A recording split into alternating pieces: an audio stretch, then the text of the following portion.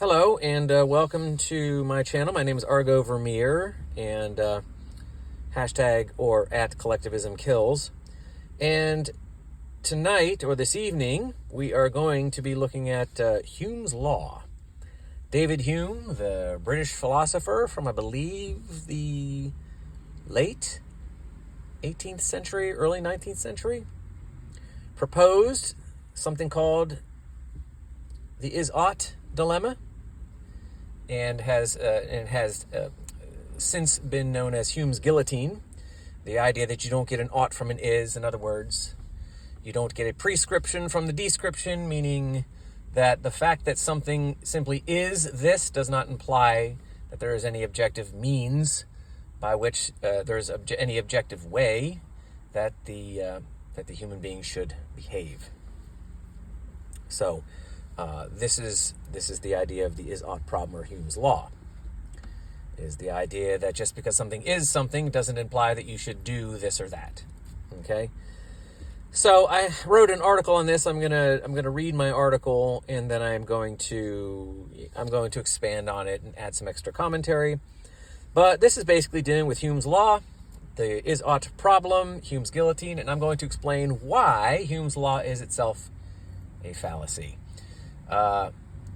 So I have to admit, when I first heard of this a while ago, this idea called the is-ought dilemma, or the assertion that you don't get an ought from an is, or the idea that you don't get a prescription from the description, or the idea that simply because we know something to be true doesn't necessarily demand that we behave in one way or another, I thought it was a joke.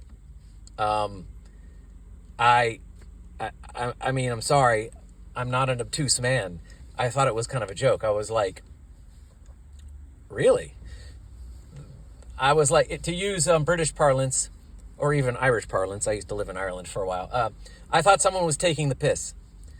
I was like, oh, you don't believe in an objective corollary relationship between epistemology and ethics, meaning truth and value, because that's what we're dealing with here. We're saying that since something is true, in other words, for man to make a truth claim, there must be a way to apply that truth in order to validate its truthfulness. In other words, you have to be able to apply truth to validate that it is in fact efficacious and relevant and meaningful. Because if not, then there's no way for man to validate the truth, in which case man can make no truth claim at all, in which case not only is there no objective morality or objective ethics, there's no objective truth either. So you can't have an objective truth, but a subjective application of truth. You can have a subjective truth and a subjective application of truth, and you can have an objective truth and an objective application of truth, but you can't mix them up. You can't have one be subjective and one be objective. Can't have a subjective truth with an objective application. This is a contradiction. And I thought that this was obvious, because what you're really saying is that, well, truth without any objective way of applying it is essentially an irrelevant truth. So an irrelevant truth is a meaningless truth, and a meaningless truth is a contradiction in terms.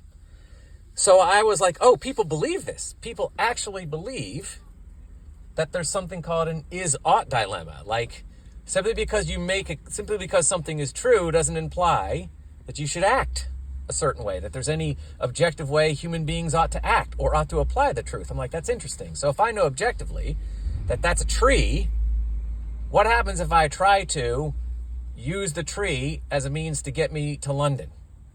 You see what I'm saying? What if I try to use my cat to write a letter?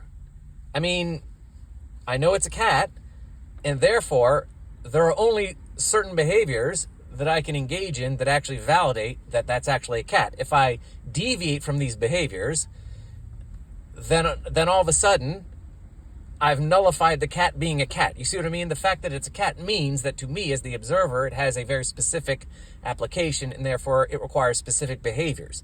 Same with the tree, same with everything else. So I was like, this doesn't make any sense. There's no is-ought dilemma. There's no dilemma between objective truth and objective ethics. So, and morality is simply an ethical premise, right? It's actually an ethical primary. So you have two fundamental ethical primaries. You have morality and legality. And these are mutually exclusive. So legal ethics, the ethics which are the ethics that are in play under the auspices of government. So governments governments represent an authority, and therefore government represents. So the behavior associated with government is called law. So the ethical code is called the law. These are dictated ethics. So these are behaviors that the authority demands that you engage in. This is legality. Morality isn't like that. Morality is cooperative. Morality is, in other words, legality is no choice. You will do this or else. And morality is choice. Morality is choice and consequence. Legality is dictated behavior and reward or punishment. You see, so. But anyway, so the idea that there's no such thing as objective morality is really an argument, because morality is an ethical premise, is really an argument against objective ethics. And if there's no such thing as objective ethics, well, then there is no such thing as objective truth, because truth without ethics cannot be validated or verified as truth. Now, of course, we understand that the idea of objective truth is, in fact, under assault, and has been for a long time in the postmodern West, and probably even the modern West, at least implicitly, because something like Hume's law, Hume's guillotine, which has been around for a couple of 100 years, implies, whether it knows it or not, the idea that there is no such thing as objective truth. So the idea that truth as objective has been under assault for a long time, at the very least implicitly. So like the idea that there's somehow this, okay, so we understand that truth has been under assault, but you understand that Hume's law presumes there's an objective truth, right? It's saying you can't get an ought from an is. So because something is, it is that objectively, doesn't imply objectively that there's any behavior associated with that is. Simply because you know that the ball is the ball doesn't imply that you should do this or that. Now, this seems logical. And I was like, okay, so that sounds logical. Now, it struck me as like, this sounds dumb. This sounds ridiculous. This is an elimination of the obvious corollary relationship between ethics and epistemology. So this whole is-ought dilemma, it sounds ridiculous. You don't get an ought from an is. But then I was like, when it was put in more sort of pedestrian terms, or more sort of plain sort of terms, or sort of metaphorical terms, like, just because this is the ball, you know this is a ball, doesn't imply that you should do this or that. The ball doesn't care. And I was like, okay, well, I get why people fall for this, because that sounds plausible. Yeah, just because I know that's a car doesn't dictate, like, what does the car care if I do this or that? It doesn't care. Like, reality doesn't care what I do. Reality is still reality, however I behave. Now, of course, this is true if you assume that there's no such thing as, if you assume that consciousness, or your conscious frame of reference, your conceptualizing self, you qua you, if you are just an illusion, if you are transient to reality, if you just sort of blip in existence and out of existence, and are fundamentally, therefore, in your metaphysical sense, subjective and ultimately irrelevant to reality qua reality, well then, yeah, you would believe this. But that's a belief, but the belief that consciousness is somehow merely tertiary and merely subjective and irrelevant to reality fundamentally, that is a very, very profound, and I would argue profoundly rationally indefensible metaphysical claim. So before you go on saying you don't get an ought from it is, predicated either explicitly or implicitly on the idea that you don't think consciousness is objective in an objective metaphysical component of reality, you better have your P's and Q's with respect to that argument. Let's say, mix my metaphors. You better have your ducks in a row and know how to argue that metaphysical presumption, because that's a bold step. That is a metaphysical proposition that you will need to defend, my friend. The idea that consciousness is an illusion or it's subjective, doesn't form an integral, constant, permanent part of the fabric of reality itself, that is a completely baseless, rationally baseless claim. Now, scientific determinism, science will say that, but science turned religion is a mystic cult. The cult of scientism is just, it's cultish. It's a cult. It's a Gnostic cult, which means it's fundamentally irrational. It's fundamentally mysticism. It's fantasy. It's ideology. So, I mean, science isn't a philosophy. When science becomes a philosophy, it becomes a cult. It becomes, well, a death cult. It becomes mystic. It becomes a mystic ideology. I mean, so scientists will argue that consciousness is an illusion, but that presupposes that consciousness is a scientific proposition. That presupposes that science is in a position or is sufficient to make any claims fundamentally about what consciousness is, and it's not. So as soon as you're dealing with a scientist that tries to make fundamental claims about the nature of consciousness, you know you're dealing with a mystic. So my point being is that, look, this is a way bigger issue than people think. And the idea that you don't get an ought from an is predicated on a metaphysical proposition which requires consciousness to be completely an illusion. And this is just something that you just can't defend rationally. I'm sorry. But at any rate, but moving on from that, and I might not get to the article this time around. We'll see. This might be a few installments, so this might be part one of several parts. But seeing as how basically nobody listens to me and I have, single-digit views, I don't really think. Well, I don't care. So, because I don't think there's enough of an audience to care. And not that I don't appreciate the audience I have, but look, when you're dealing with like 4 views, it's hard to argue why you'd want to necessarily tailor your message. I don't know how to make this accessible to the masses anyway, because this is not stuff that the masses is going to be interested in, nor will the masses really be able to grasp, quite frankly. And I'm not trying to be mean. I'm just saying, this is complicated stuff. This is like the calculus of philosophy. So, it's not for the faint of heart. I'm not saying that I'm not saying you have to be a genius to access this stuff, but I'm saying you have to like to think. And most people who are average or below don't like to think. So, my point being is I don't know how to make this more accessible. And I don't know that shortening up my series to fewer parts is really going to matter. But anyway. And I don't know. Look, nobody else is talking about this stuff other than me, from what I can tell. So you're kind of stuck with me. Maybe one of these days somebody will come along and do it better. But then I realized, I know what the problem is. I get it. I get it. It's because it's the word ought. Sorry about this. I'm in a parking lot waiting for one of my kiddos. So, I'm waiting for one of my kiddos. So, there's going to be some background noise. There's going to be some car noise and stuff like that. People talking. So I thought, okay. So now I know what the problem is. I understand. I get it. It's because Hume uses the word ought. Like, ought is like the word should. So he uses the word ought. I was like, okay. All right. Well, you see, the problem here is that using a word like ought or should, well, ought and should in and of themselves imply subjectivity to the following behavior. You should do, you ought do. And so the very name of the dilemma, the is-ought dilemma, presupposes a fundamental subjectivity to ethics.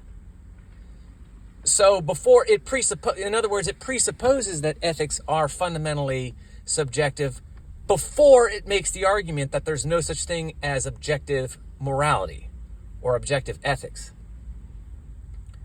So you see that? You see, it's kind of sneaky. I'm not saying David Hume does this on purpose, but what I'm saying is that it's already in there.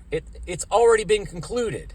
The use of the word ought means that he has already concluded, prior to making his argument, that ethics are in fact subjective. And this is using the word should and the word ought as a means by which to convey the idea of ethics means to me that Hume doesn't understand ethics. And he doesn't understand how to present a point of view. Like, it's tautological. I'm going to explain to you why should and ought are subjective. But it's already in the definition. You don't need to explain it. By virtue of you simply saying should or ought, we understand there's an implicit subjectivity to the term. And you've already made the assumption that ethics are subjective, so there's nothing left to argue. It's not an is-ought dilemma. It's if it's is and ought, well then the dilemma, quote unquote, is self-explanatory. There doesn't need to be an argument. So, and maybe the is-ought dilemma is a summary of Hume's argument that somehow ethics is subjective, but nevertheless, if you don't know the argument and you're going is-ought dilemma, you're automatically going to be primed to think about ethics as subjective because he's using the word ought or the word should, which are subjective terms, right? They imply a subjective behavior, requisite or a concurrent behavior or a concluding behavior. You know, you should do X implies that X is going to be a subjective behavior. So if you don't know the argument, you're being told about the is-ought dilemma. You're already primed to look at ethics as subjective because the word is ought, which is a subjective word, if that makes sense. So the word isn't ought. Ethics aren't ought.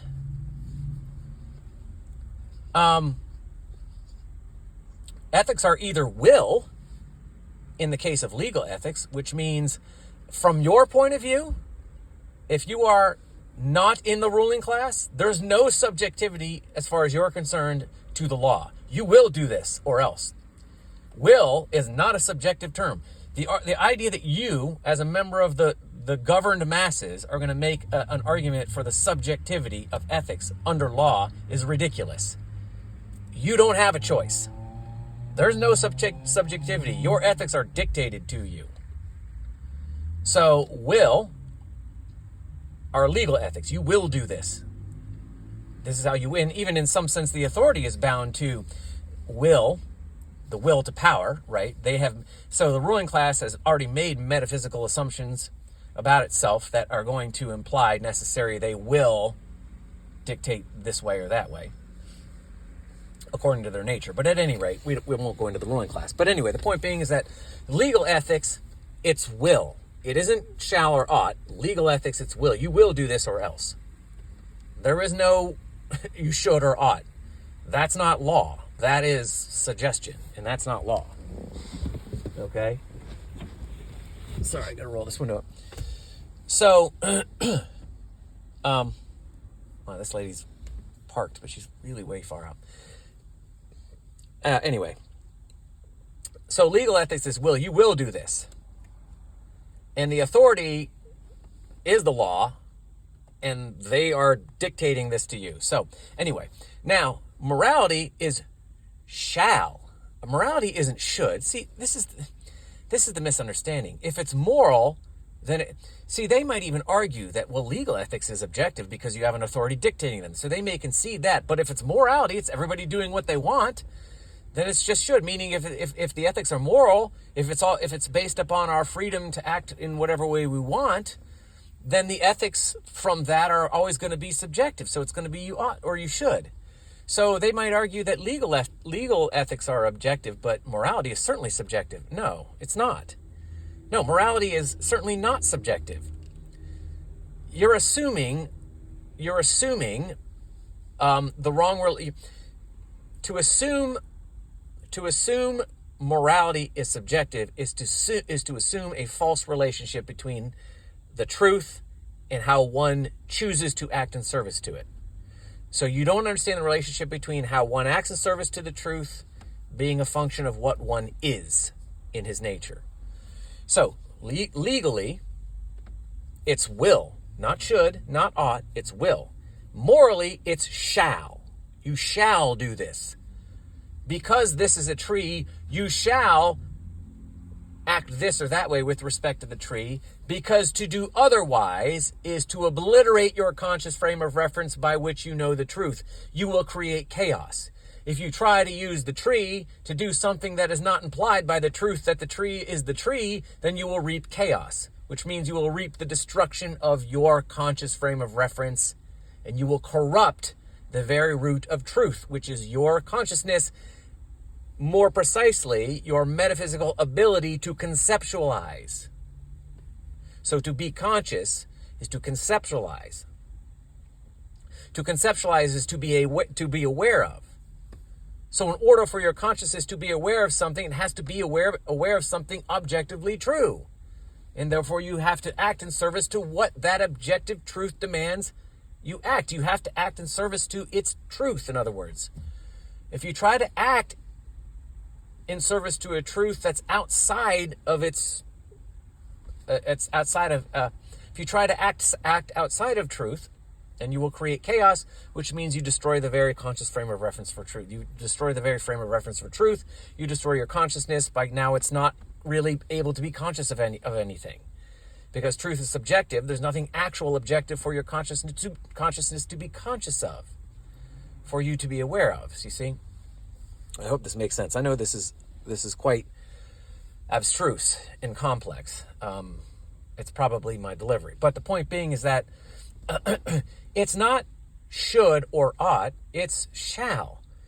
Because that's a tree, there are only certain ways you can apply the truth that that's a tree. To go outside of that truth is to create chaos, which means to wreck the very frame of reference you have for truth, which is your conscious self. And that leads to chaos and collapse, not only of yourself, but of all your social relationships and society, etc. And this has very profound metaphysical implications. Like I said before, consciousness is not transient or tertiary to reality. Consciousness is, in fact, a fundamental metaphysical component to reality, and it is necessary. Without the conscious observer, without the conscious conceptualizing frame of reference, there is no such thing as reality. So you must take the objectivity of morality very seriously. So, because you understand that this is the truth, this is how you shall act. So, something like the 10 Commandments, which I assert are moral commandments, you shall not steal. You shall not commit murder. In other words, you shall not violate your neighbor, because to violate your neighbor is to violate yourself. I don't want to go into the metaphysics of the relationship between you, yourself, capital S, you, qua you, and your neighbor, others, capital O. But there is a necessary metaphysical corollary relationship between yourself and others, your neighbor. So to violate your neighbor, his person or property, is to violate yourself. It is a corruption of yourself by a violation of the truth, and you reap chaos as a consequence for your chosen behavior. This is why you shall not steal. Because you are you, and because your neighbor is your neighbor, because this is true, this is how you shall act, or you shall reap your own destruction at the level of your consciousness and your spirit, as well as all the other ramifications of not acting in service to the truth. Choosing to act outside of the truth is a false choice. It's a destruction of the very frame of reference for truth. So, the problem is with the word ought. Using the word ought completely destroys and completely misrepresents the actual corollary reference. It destroys the corollary relationship between epistemology and morality, moral ethics. It isn't ought or shall. It isn't ought or should. It is shall. So remember this. Ethics are objective, because epistemology must be objective. So, and because morality is an ethical primary, if ethics are objective, then there must be such a thing as objective morality. And objective morality is summed up by what one shall do. Legal ethics are summed up by what one will do. There's no subjectivity in ethics in either case. It's either you will or you shall, and neither one of them are subjective. So I suspect if Hume understood fundamentally the relationship between ethics and epistemology, or epistemology and ethics to put it in proper order, and truly understood what morality was, we wouldn't have ever heard of this dumb thing called Hume's guillotine. Hume's guillotine has a very dull blade or no blade at all. We wouldn't have this dumb thing called the is-ought dilemma if Hume understood the corollary relationship between epistemology and ethics and understood morality. It would have been is and shall, which would have made perfect sense because both imply objective. Is. It objectively is. Shall means this is what you shall do in service to the is. Meaning that because this is true, there are ways that you shall act in order to validate its truthfulness. You shall apply it this way because this is the behavior. This is the objective behavior that the objective truth implies. So that's my preliminary. I'm going to go ahead and read my article, I think, next time, but I'm going to stop here. I'm going to leave you with just 26 minutes, which is short for me. And I will talk at you later. Thank you to anybody who's listening. And, for the single-digit viewers I have, I love you all, and I appreciate you all being here. I wish I had more. It's a little discouraging to not see very many people listening, but I get it. I suppose I get it, and I'm going to have to get it. So I have to deal with it, whether I like it or not. But anyway, I do appreciate you guys being here, whoever you are, and all God's blessings to you, and I will talk at you later. All right, you take care.